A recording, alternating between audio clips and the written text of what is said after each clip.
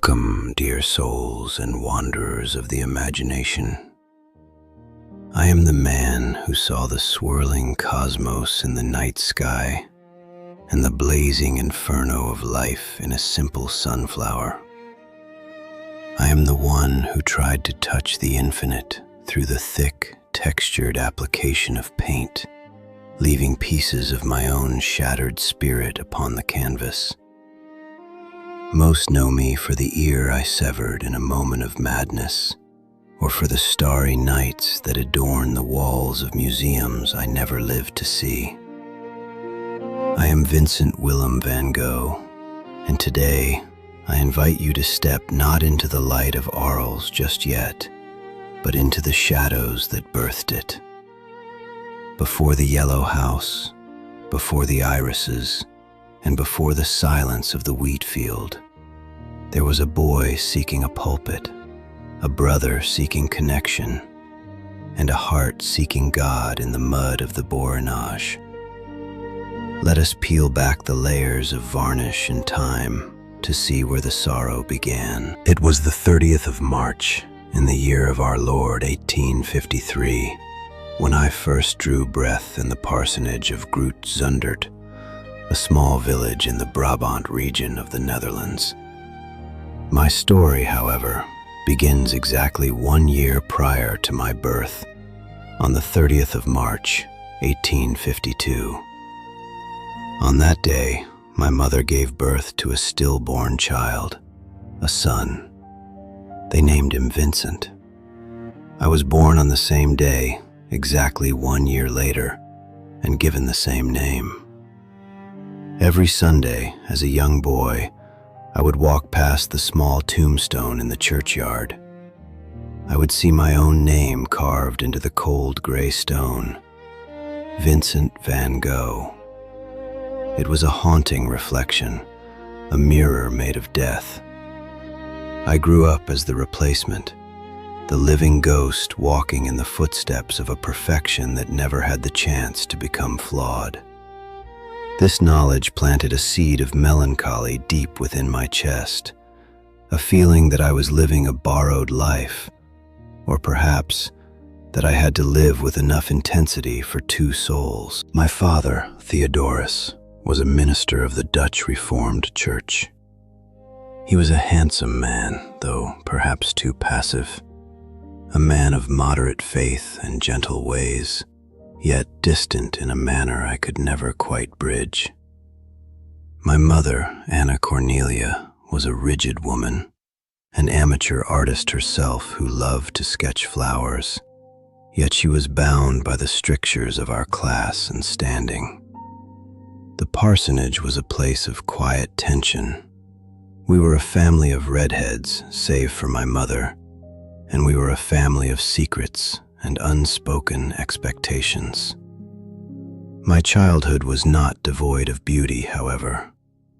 I remember the garden at Zundert vividly, the acacia trees, the smell of damp earth after the rain, the way the sunlight filtered through the leaves to create patterns of gold on the grass.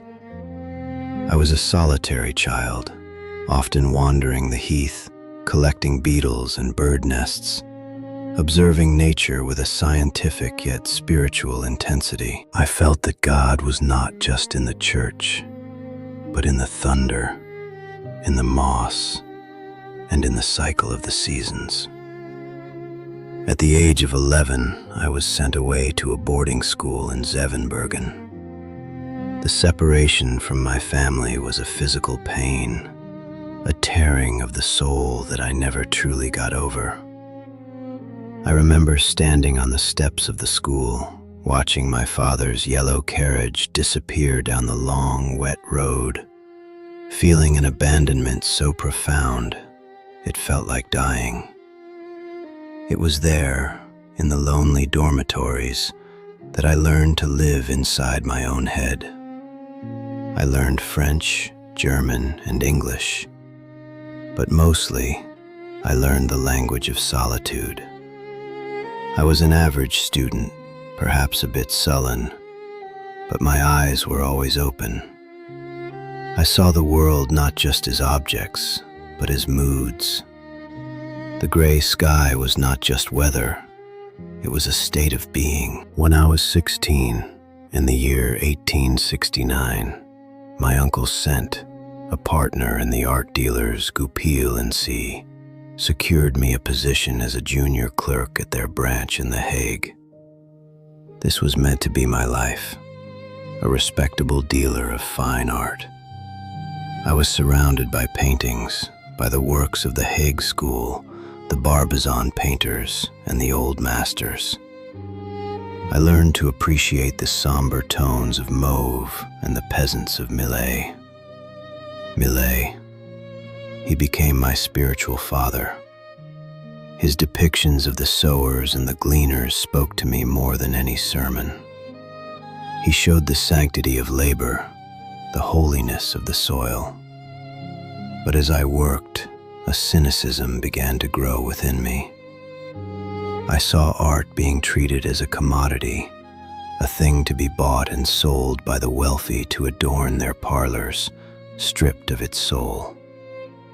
I began to argue with customers, telling them that the popular, polished salon art was trash, and that the true art was in the honest depiction of suffering. They transferred me to London in 1873. London. It was a city of fog and gaslight, of immense wealth and staggering poverty. I fell in love there, with the landlady's daughter, Ursula. It was a clumsy, desperate love. I was 20 years old and had no idea how to court a woman. When I finally confessed my feelings, she laughed. She was already engaged. Rejection shattered me. I withdrew further. I stopped shaving. I stopped eating properly. I read the Bible obsessively. I walked the slums of London, seeing the faces of the poor, the factory workers, the forgotten. I felt that my work at the art dealership was a lie. How could I sell pretty pictures when the world was so full of pain? I was eventually fired, a failure in the eyes of my family and society. I decided then that if I could not serve art, I would serve God. I wanted to comfort the wretched. I took positions as a teacher and assistant preacher in England, in Ramsgate and Isleworth. I remember delivering my first sermon. I spoke of life as a pilgrimage, of the sorrow that is better than laughter. I wanted to be a fanatic for Christ, but my family was horrified by my zealotry. I was too intense, too ragged, too embarrassing. I returned to the Netherlands, worked briefly in a bookshop in Dordrecht, but my heart was elsewhere. I wanted to study theology, to become a proper minister like my father. But I failed the entrance exams. I could not master the Greek and the Latin. My mind was too chaotic, too focused on the emotional truth rather than the academic structure. In the year 1878, having failed at everything, art dealing, teaching, studying, I begged the church to send me as an evangelist to the Borinage, a coal mining district in the south of Belgium. If they would not let me preach in a cathedral, I would preach in the pit.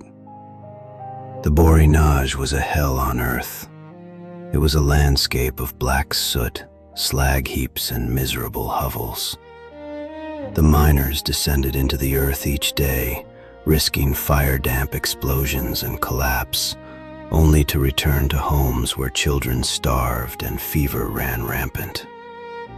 This was where I felt I belonged. I wanted to be one of them.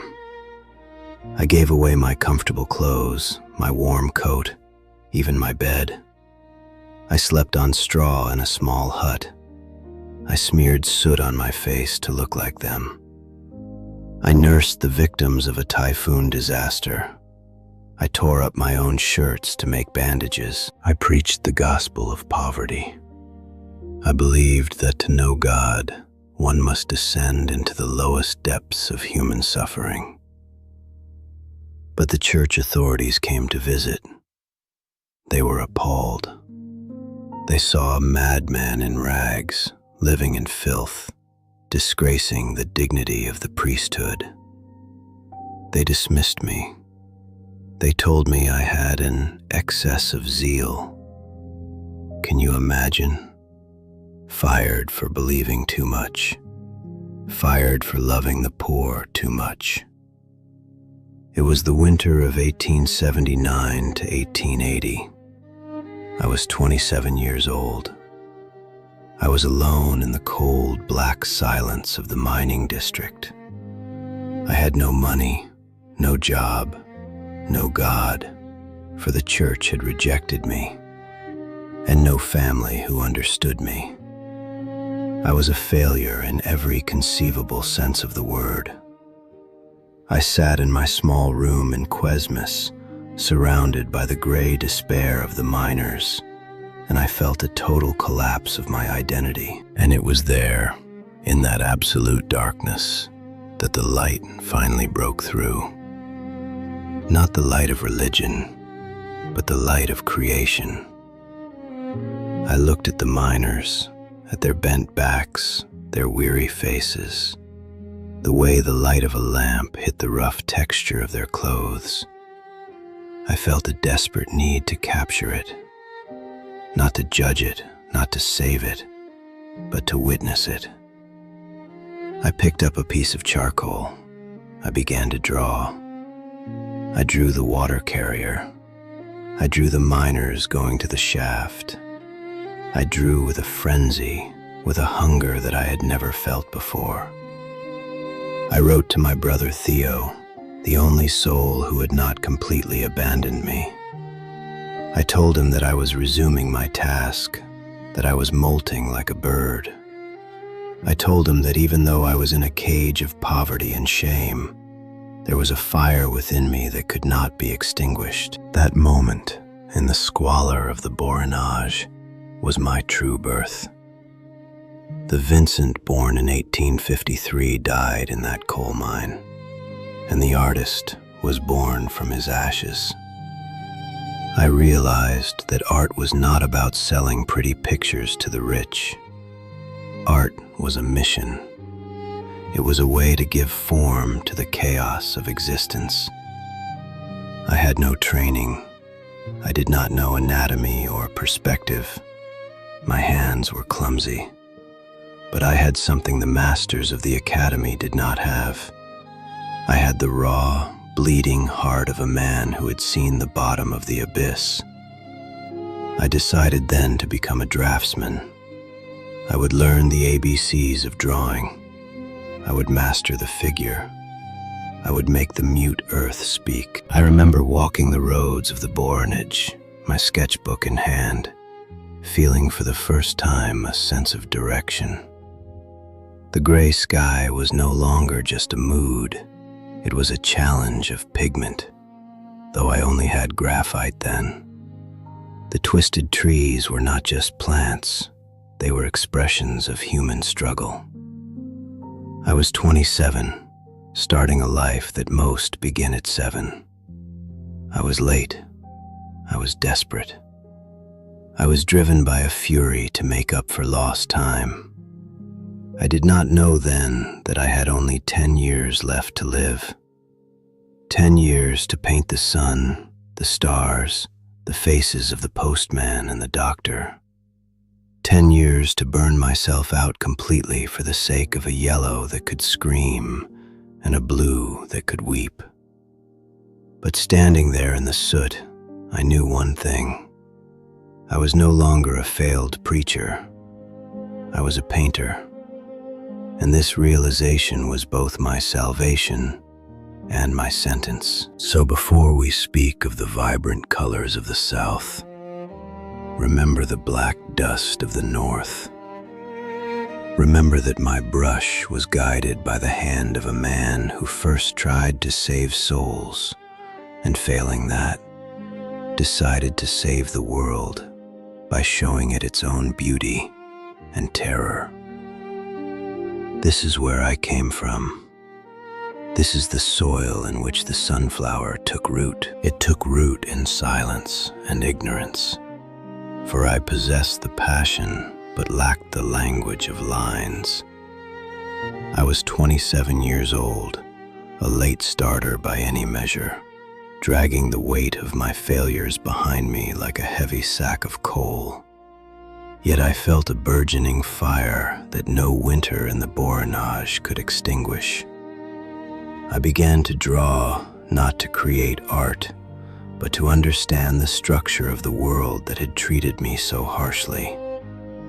I bought the drafting manuals by Charles Bargue, and, alone in my small room, I copied them repeatedly until my eyes watered and my fingers cramped. I was teaching myself the alphabet of a language I desperately needed to speak. The pencil was no longer a tool. It was a weapon against the chaos of my mind, a way to impose order upon a reality that constantly threatened to dissolve. My brother Theo, the only anchor in my drifting existence, began to send me part of his salary. 50 francs here, 100 francs there. It was a debt that would weigh upon my soul for the rest of my days, a guilt that I could only hope to repay by producing work of some worth. I moved to Brussels, then to my parents' home in Etten, seeking the comfort of family but finding only friction. It was there, amidst the flat Dutch landscapes and the disapproving glares of my father, that I fell into a chasm of emotional ruin. I fell in love with my cousin Key Voss. She was a widow, draped in mourning and sadness, and I, with the foolish intensity of a man who has nothing else, poured my heart out to her. Her answer was a guillotine blade. No, never, never. I chased her to Amsterdam.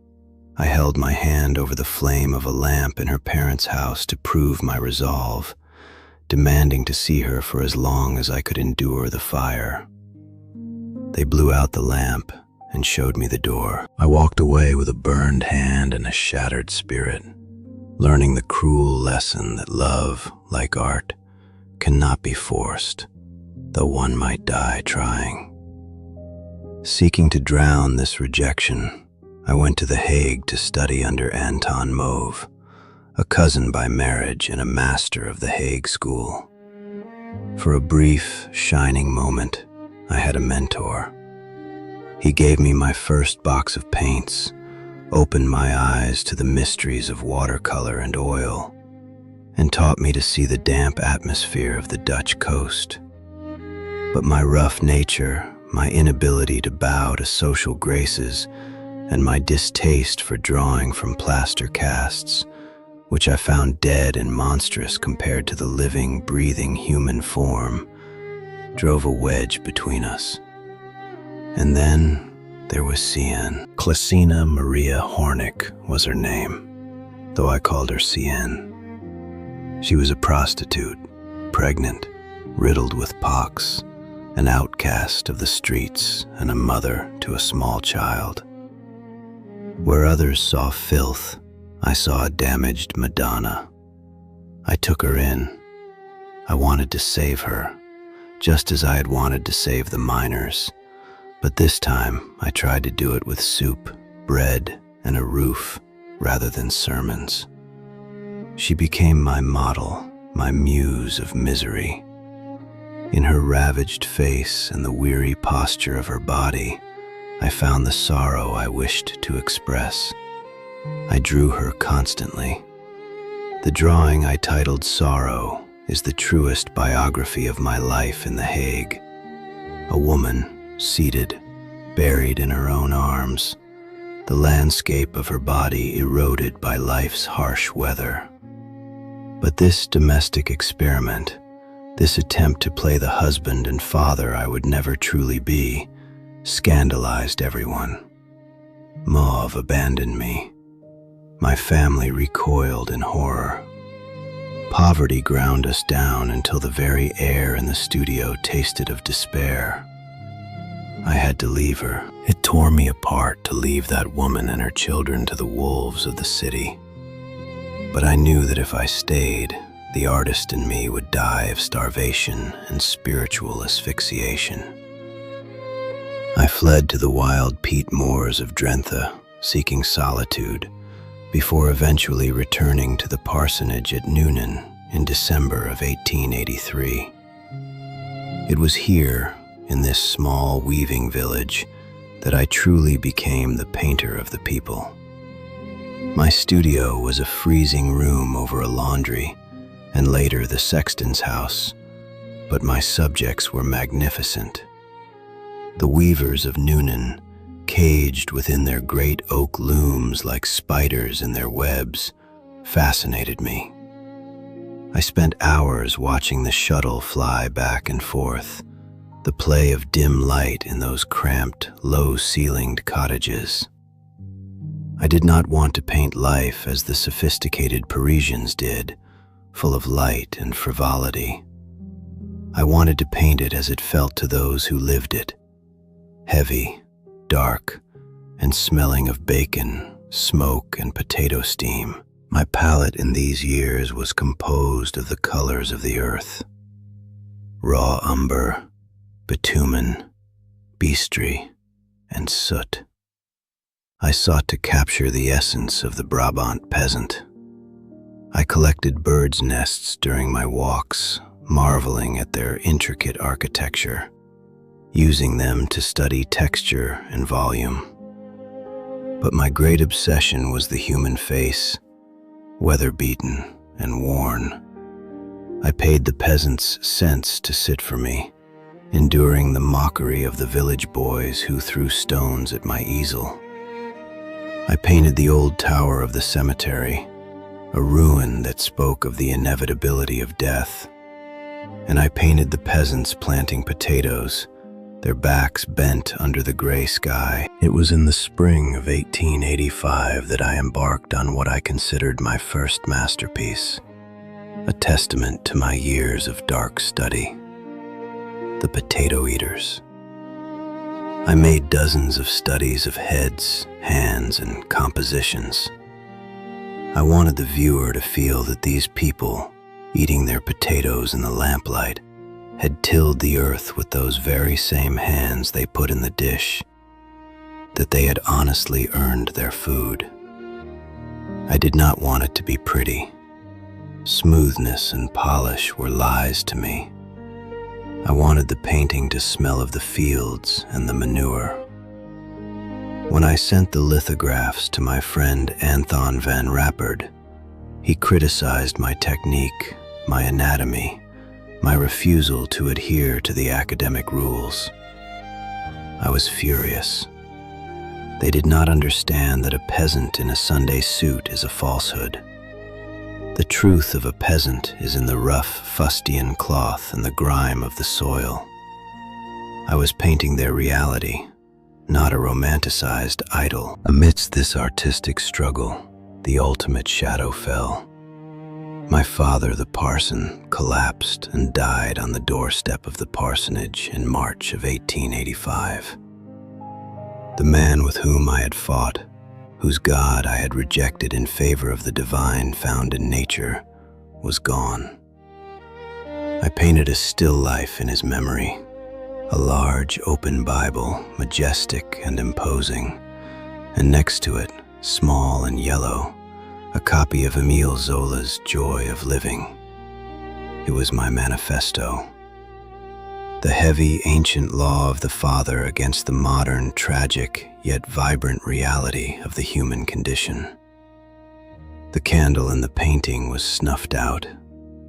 Our time together was done. Relations with my family disintegrated further, and the village priest forbade the Catholics from posing for me, claiming my eyes possessed an evil influence. I was isolated once more. Noonan had given me its darkness, but I was beginning to starve for something else. I felt a need to see the great masters, to understand color in a way that the gray Dutch mists could not teach me. I packed my crates, leaving behind hundreds of canvases that my mother would later sell for pennies or destroy, and headed for Antwerp in November of 1885. Antwerp was a revelation, though a harsh one. I discovered the works of Peter Paul Rubens. I stood before his canvases in the cathedral, mesmerized by his carmine reds and his ability to paint flesh that seemed to pulse with blood. I tried to lighten my palette, to introduce the cobalt blues and emerald greens I saw on the port, but I was physically wrecking myself. I lived on bread, coffee, and tobacco. My teeth began to rot and break off. I was spitting them out like pieces of chalk. My stomach was a knot of ulcers. I joined the Academy of Fine Arts, hoping to refine my drawing, but I was an uncouth giant among refined boys. The instructors mocked my heavy, forceful strokes. They told me to draw plaster casts of Greek gods. I drew them with the hips of Flemish peasant women. When the professor commanded us to draw the Venus de Milo, I exaggerated her hips and bosom. For a woman must bear children. She must be alive. The professor slashed my drawing with his crayon and called me a madman. I knew then that the academy was a tomb for the living. But in the back streets of Antwerp, I found a different kind of teacher. I discovered the Japanese woodblock prints, ukiyo-e, the floating world, Hiroshige and Hokusai. Their bright, flat colors, their lack of shadows, their bold cropping. It was a shock to my system. They did not paint the darkness. They painted the light, the pattern, the serene clarity of existence. I pinned them to the walls of my small room, staring at them until the gray Belgian winter seemed to melt away. I realized that my dark period was ending. The potato eaters, the weavers, the old church towers, they were the roots deep in the mud. But the flower needed the sun. I began to correspond frantically with Theo, who was now managing the gallery of Goupil on the Boulevard Montmartre in Paris. He wrote to me of the new painters, Monet, Renoir, Degas. He spoke of Impressionism, of light, of decomposing color. I could not understand it from words alone. I had to see it. I had to be where the heart of modern art was beating. The North had taught me discipline and suffering. It had taught me to look at the humble and the broken. But I was 32 years old, sick, teeth falling from my gums, and burning with a fever to paint the world anew. In February of 1886, without warning, I sent a note to Theo simply stating that I was coming. I boarded the train. As the steam engine chugged south towards France, leaving the frozen canals and the black earth of my homeland behind, I felt the heavy cloak of the Dutch masters slipping from my shoulders. I was carrying the darkness of Noonan in my heart, yes, but I was rushing headlong toward the city of light. I did not know yet that the gray would give way to gold, and the gold to madness. But I knew that I could not stay in the shadows any longer. The train wheels sang a rhythm on the tracks, a rhythmic chant of anticipation. I was arriving in Paris not as a visitor, but as a man demanding his birthright in the kingdom of color. The era of soot was over. The era of the sun was about to begin, and when I stepped onto the platform in Paris, the gray did not merely fade, it was incinerated by a sudden, violent combustion of ideas that set my very retinas ablaze. It was February, 1886, and the city was a throbbing nervous system of electricity and argument. I dragged my heavy Dutch guilt up the stairs to the apartment on Rue Laval, and later Rue Le Pic, where my brother Theo, the saint of my existence, opened his arms and his world to me. I had come looking for a home, but I found a revolution.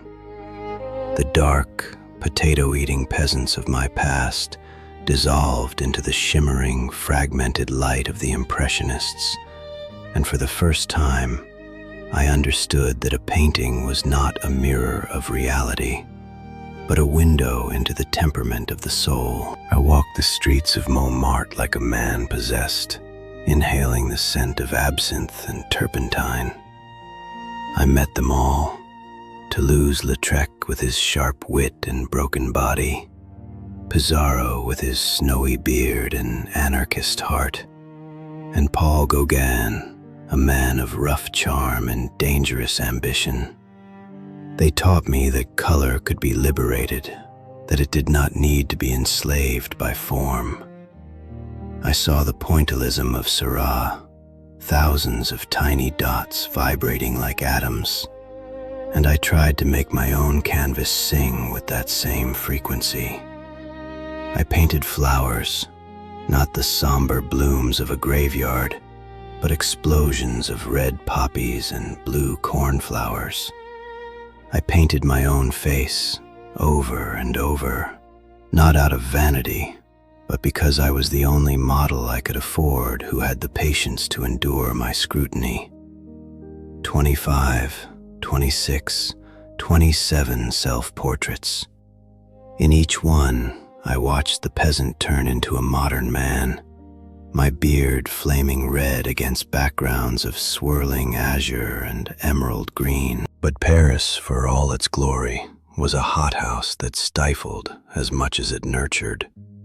The noise, the arguments, the smoke, it began to grate on my nerves, making my hands shake and my stomach turn.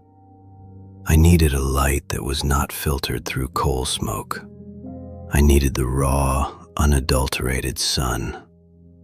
I dreamed of a studio of the South, a brotherhood of artists working in harmony under a blazing sky, living like monks of the religion of art. And so, in February 1888, after 2 years of drinking in the capital, I boarded another train, fleeing south toward Arles, chasing a phantom Japan that existed only in my imagination and in the woodblock prints I cherished. Arles was covered in snow when I arrived, a white silence that soon melted into the most ferocious spring I had ever witnessed. This was the apex of my power, though I was too consumed to realize it. The colors here were not merely visible, they were physical weights pressing against my eyes. The sky was a hard enamel blue, and the sun was a disk of pale sulfur that flooded the world with liquid gold. I worked with a fury that frightened the locals.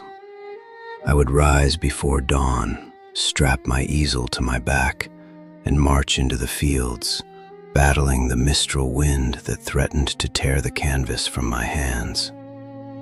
I painted the drawbridge, the blooming orchards of peach and almond trees, the sower casting his grain into the violet earth. I consumed paint as a starving man consumes bread, squeezing tubes of chrome yellow and Prussian blue directly onto the canvas, desperate to capture the fleeting intensity of the moment. I rented the Yellow House, a small fortification against loneliness. 4 rooms where I believed the future of art would be born. I whitewashed the walls and filled them with 12 canvases of sunflowers, great burning eyes of yellow that stared back at me with the intensity of the sun itself. I was preparing a temple for him, for Gauguin. I had begged Theo to pay his way, to bribe him if necessary, to bring him to Arles so that he could be the abbot of my monastery. I wanted a companion. I wanted a brother in arms. I did not know I was inviting the architect of my destruction. He arrived in late October, 1888, and for a brief, deceptive moment, hope flared brighter than the gas lamps in the night cafe. We worked side by side, our easels touching. We painted the Arles camps, the falling leaves, the women of Arles. But the harmony was a thin veneer over a chasm of fundamental difference. Gauguin painted from memory, constructing abstractions. I painted from nature, wrestling with the reality before me. He was arrogant, composed, and cynical. I was erratic, emotional, and devastatingly earnest. The debates began at the dinner table and spilt into the studio, turning into electric storms. He criticized my thick impasto. I despised his flat planes of color. The air in the yellow house grew thick with unspoken resentments and shouted philosophies. By December, the strain was a physical agony. The mistral wind howled incessantly, rattling the shutters and fraying the last threads of my sanity. I felt the encroaching darkness, the same shadow that had touched me in the north, but now it was hot and feverish. Gauguin threatened to leave. Every time he spoke of departing, I felt the ground crumble beneath me. The solitude I had fought so hard to escape was returning, a vast, devouring beast. I was 35 years old, supported entirely by my brother, with nothing to show for my life but a room full of drying canvases that the world ignored. The pressure in my head built until it was a screaming siren, drowning out reason. It happened on the 23rd of December, 1888. The day had been a blurred nightmare of tension. Gauguin claimed I had threatened him, that I had looked at him with the eyes of a wolf. Perhaps I did. The fear of abandonment transforms a man into a creature of instinct. That evening he fled to a hotel, leaving me alone in the yellow house with the voices that had begun to whisper in the walls. The silence he left behind was louder than any shout. I stood before the mirror, the same mirror where I had studied my face so many times. But the stranger staring back was dissolving. I needed to silence the noise.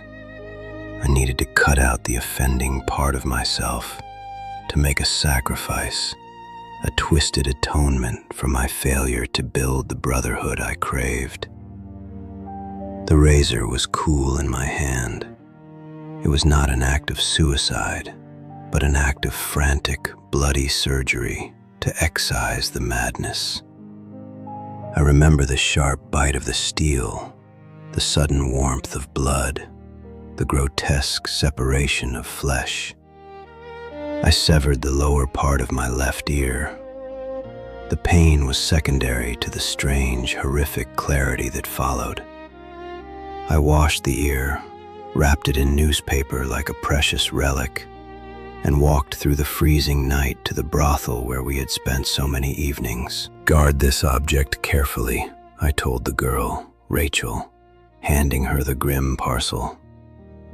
It was the final gesture of a man who had lost the language of humans and could only speak in symbols of blood. I returned to the yellow house, collapsed onto my bed, and let the darkness take me. I almost bled to death there, amidst the smell of stale tobacco and wet paint, surrounded by the sunflowers that now seemed to mock me with their vibrant health. The police found me the next morning. I woke up not in my yellow sanctuary, but in the hospital of Arles, realizing with a sinking heart that the dream was dead. The studio of the South had collapsed in a single night of hysteria. The townspeople, who had always viewed me with suspicion, now looked at me with open fear. They drafted a petition, 81 signatures demanding that the red-headed madman be locked away. My neighbors, the people I had tried to capture with love on my canvas, wanted me erased. The fall was absolute. I had reached for the sun and had been burned to ash. I was no longer Vincent the artist, the pioneer. I was a broken man, a prisoner of my own chemistry, waiting for Theo to come and pick up the pieces of his shattered brother. The era of the sun had ended in an eclipse of total despair, and the only road left led toward the barred windows of the asylum. Yet, within those walls of St. Paul de Mauzol, amidst the choruses of screaming souls and the suffocating silence of stone corridors, I found a strange, vibrating clarity. The monastery was a vessel of ancient ghosts, but my window, my iron-barred window, faced the east. It was there, before the sun rose, that I saw the morning star, shining very big, like a singular eye of God watching over the wreckage of my mind. I realized then that the asylum was not merely a prison, it was a crucible. If I could not paint the sun of Arles, I would paint the turbulence of the night. I looked out at the cypress trees, those dark, flame-like obelisks that seemed to bridge the terrestrial and the celestial. They were always on my mind, occupying my thoughts like a beautiful Egyptian riddle. I painted them with the ferocity of a man trying to claw his way out of a grave, using greens so deep they bordered on black, twisting them against a sky that refused to sit still. It was in this confinement, in June of 1889, that I surrendered to the swirling cosmos.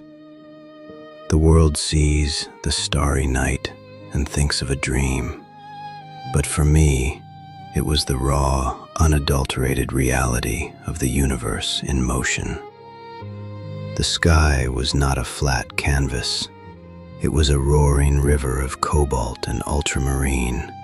The stars were not static points of light, but burning wheels of yellow and white, spinning with the energy of creation and destruction.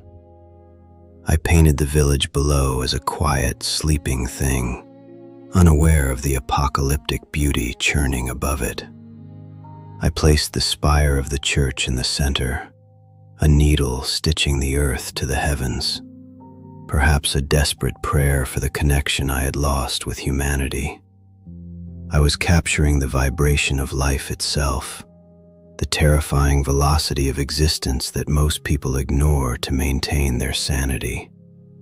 I, however, had no sanity left to protect, and so I saw the truth of the wind and the stars. But the shadows were lengthening. The attacks, the seizures that threw me into abysses of terror where sounds became colors and colors became pain, grew more frequent. I felt like a cracked vessel, leaking my life force onto the floor. I knew I had to leave the South. The sun that had once been my lover had become my tormentor. I needed the cooler, grayer light of the North. I needed to be closer to Theo, my anchor, my brother, the only man who had ever truly seen me not as a burden, but as a soul worth saving. And so, in May of 1890, I boarded the train for the long journey north, leaving the yellow house, the sunflowers, and the ghosts of Arles behind. I arrived in Auvers-sur-Oise, a quiet village not far from Paris, to place myself under the care of Dr. Paul Gachet. Oh, what a peculiar mirror he was. When I looked at him, I saw a face hardened by grief and melancholy, perhaps even more so than my own. He was supposed to be the healer, yet he seemed to carry the sickness of the century in his eyes. We were two brothers in distress, united by a love for art and a susceptibility to the crushing weight of the world. I painted him with a sprig of foxglove, leaning on his hand, his expression reflecting the desolate sadness of our time. He encouraged me to paint, to drown my demons in turpentine and oil, and for a brief moment, I believed it might work. The pace of my work accelerated to a fever pitch.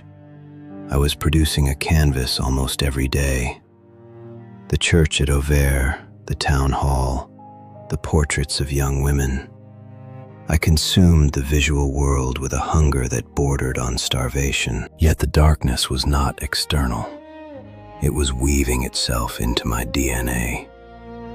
The fields of Auvers were vast and rolling, heavy with wheat that ripened under a turbulent, threatening sky.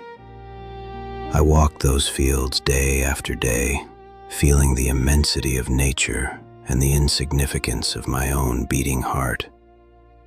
The letters from Theo had changed in tone. He was facing difficulties at work. He was ill. He had a wife and a newborn son, my namesake, little Vincent. I began to feel the crushing guilt that had stalked me for a decade. I was a millstone around his neck, a 37-year-old failure, living on the charity of a brother who had his own life to build. Every tube of paint I squeezed, every canvas I stretched, was paid for by Theo's labor, by his sacrifice. I was eating his life to feed my art, and the art was not selling. The equation became simple, brutally logical in my fractured mind. If I ceased to exist, the burden would be lifted. Theo would be free. It was July, the month of high summer. Yet inside me, it was the dead of winter. I painted wheat field with crows in a trance. The road in the painting leads nowhere, cut off by the golden stalks, and the sky is a deep, bruised blue, descending to crush the earth. The black crows rise up like bad omens, shards of darkness scattering against the storm. It was a farewell note written in pigment. I had tried to express sadness and extreme loneliness, but words had failed me.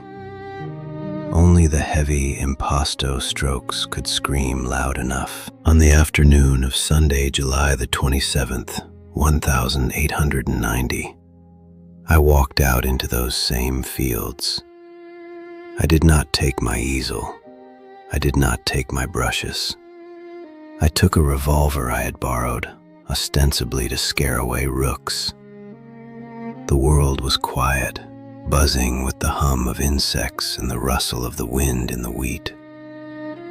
I found a spot near a manure heap, or perhaps near the chateau wall. Memory is a haze of gold and pain, and I made my choice. I aimed for the heart, the source of all my passion and all my suffering. But even in this, I was a clumsy man.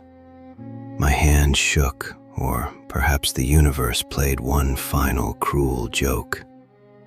The bullet deflected off a rib and lodged in my stomach, missing the heart but delivering a fatal, agonizing wound. I did not die amidst the golden wheat as a romantic poet might. I collapsed, then woke in the cool evening, searching for the gun to finish the job, but I could not find it.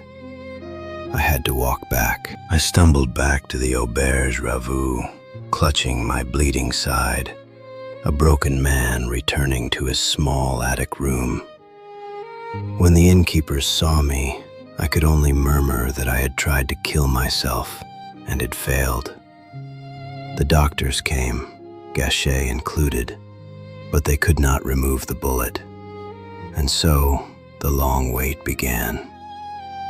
I lay in that stiflingly hot room, smoking my pipe when the pain allowed, waiting for the curtain to fall.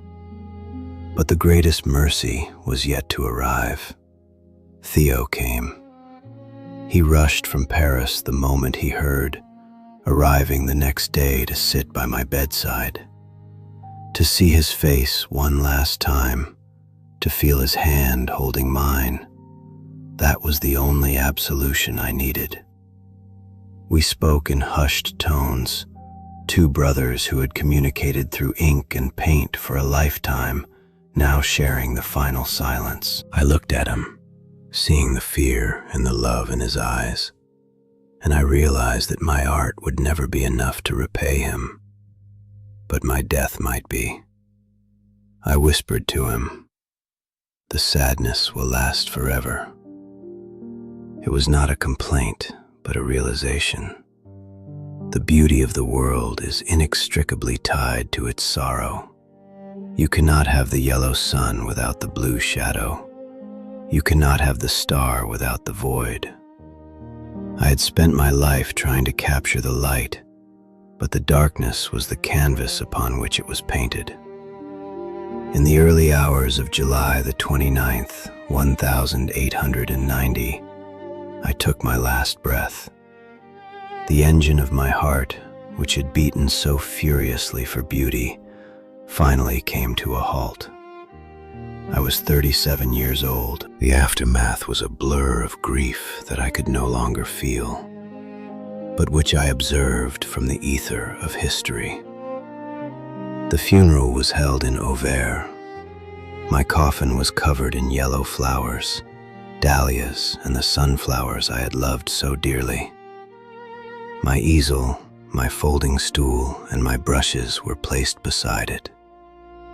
Dr. Gachet tried to speak a eulogy, but could only weep, stammering about my honest goals and my love for art. But the true tragedy was Theo. My death did not save him. It destroyed him. He had been my other half, and without me, he withered. His mind collapsed under the weight of his grief and his own illness. 6 months later, he followed me into the dark. He died in the Netherlands, but his wife, the steadfast Jo, eventually had his body moved to Auvers so that we could rest side by side. Two brothers, united in earth as we were in spirit, covered by the same blanket of ivy that weaves our graves together for eternity. And now, over a century has passed. 100 years and more of silence, followed by a roar of acclaim that would have terrified the shy, stuttering man I once was. They call me a genius now. They sell my sunflowers on postcards and my starry nights on coffee cups. They scrutinize every brushstroke, analyzing the madness to find the method. If only they knew that there was no method, only a desperate, flailing attempt to touch the face of God before the light went out. I see the crowds in the museums, standing 3 rows deep to see the paintings that I could not trade for a loaf of bread. I see the prices paid at auctions, numbers so large they are meaningless, amounts that could have fed 1,000 families, paid for 1,000 asylums. It is a strange, bitter irony.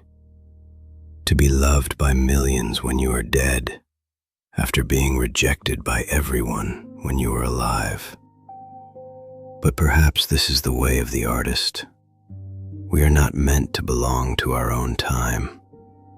We are the sowers, planting seeds in the winter earth, trusting that the spring will come long after we are gone. I planted my heart in the soil of Provence and the mud of Auvers, and now the world harvests the blooms. My yellow is still bright, it is not faded. My blue still swirls with the energy of the Mistral, The sadness has lasted, yes, but so has the joy, so has the light. I am no longer the red-headed madman. I am the cypress. I am the wheat field. I am the sower. I am the man who cut off his ear to silence the voices, only to find that his voice would eventually echo louder than any other. I have become the colors I mixed. I have dissolved into the light I chased. The long, lonely walk is over, and I have finally found my place among the stars I once painted through iron bars. This is where my journey ends, in the quiet earth of Auvers, beneath the ivy and the open sky. My story is told, the tubes of paint are empty, and the canvas is full. But the gallery of history is vast, and many other souls wander its halls, waiting for their turn to step into the light and speak. Tell me, in the silence that follows my storm, whose voice do you wish to summon from the shadows of history? Who shall pick up the brush next?